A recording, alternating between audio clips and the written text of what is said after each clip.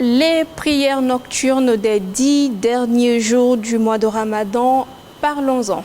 Les fidèles musulmans ont débuté le mardi soir les prières surrogatoires nocturnes appelées Nafila ou encore Djodjanseli. Elles se déroulent durant les 10 dernières nuits du mois de Ramadan. Quels sont les mérites de ces prières? Sont-elles obligatoires? L'imam Abdrahman Maïga de la mosquée de la faculté des sciences techniques nous donne ici les réponses. Et c'est avec Omar Koïta.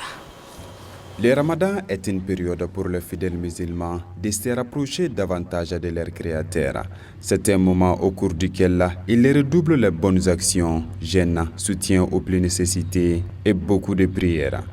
Justement, parlant des prières surrogatoires nocturnes, elles se font à des niveaux. Les tarawih qui sont faites quotidiennement chaque soir après la prière d'Isha et les prières de nuit qui commencent à minuit pour se terminer aux alentours de 4 heures du matin.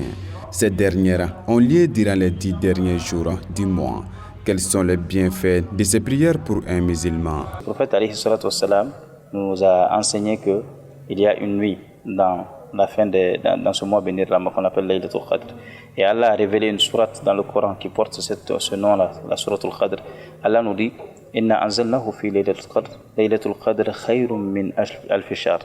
Allah nous dit nous avons Inna anzalnahu fi Laylatul Qadr.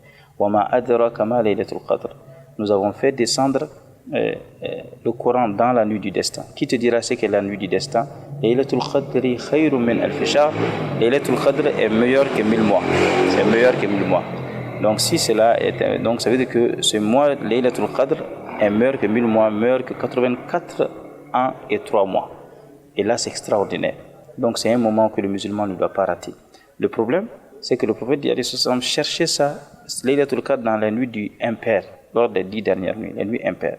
Le prophète se retranchait dans la mosquée lui-même, il se consacrait à l'adoration pour ne pas rater cette nuit de Laylatul Qadr.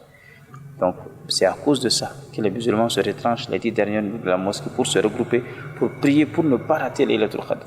Ces prières sont généralement exécutées à la mosquée, mais il est aussi permis aux fidèles de les faire à domicile. Selon l'imam Abdrahman Maïga, ces prières n'ont pas de règles spécifiques. Oui, par rapport à cette prière, c'est comme les autres prières nocturnes du prophète alayhi salatu wassalam. Il n'y a pas d'autres règles. On peut prier, on prie le nombre de rakas qui est dans notre capacité.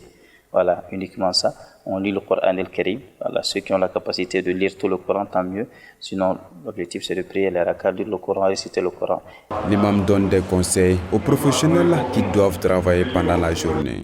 Compte que c'est une grande responsabilité quand vous travaillez chez quelqu'un et que vous n'avez pas de congé. Donc il faut faire en sorte de vous planifier, de prier par exemple les premières heures et ensuite aller dormir pour pouvoir être plus productif la matinée. C'est très important parce que le musulman, c'est beaucoup plus le droit de l'autre.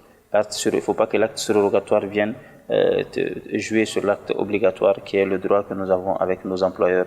C'est très important de le signaler pour nos professionnels également. Voilà, ceux également qui arrivent à organiser leur congé, qui demandent des congés pendant les 10 jours, c'est encore mieux.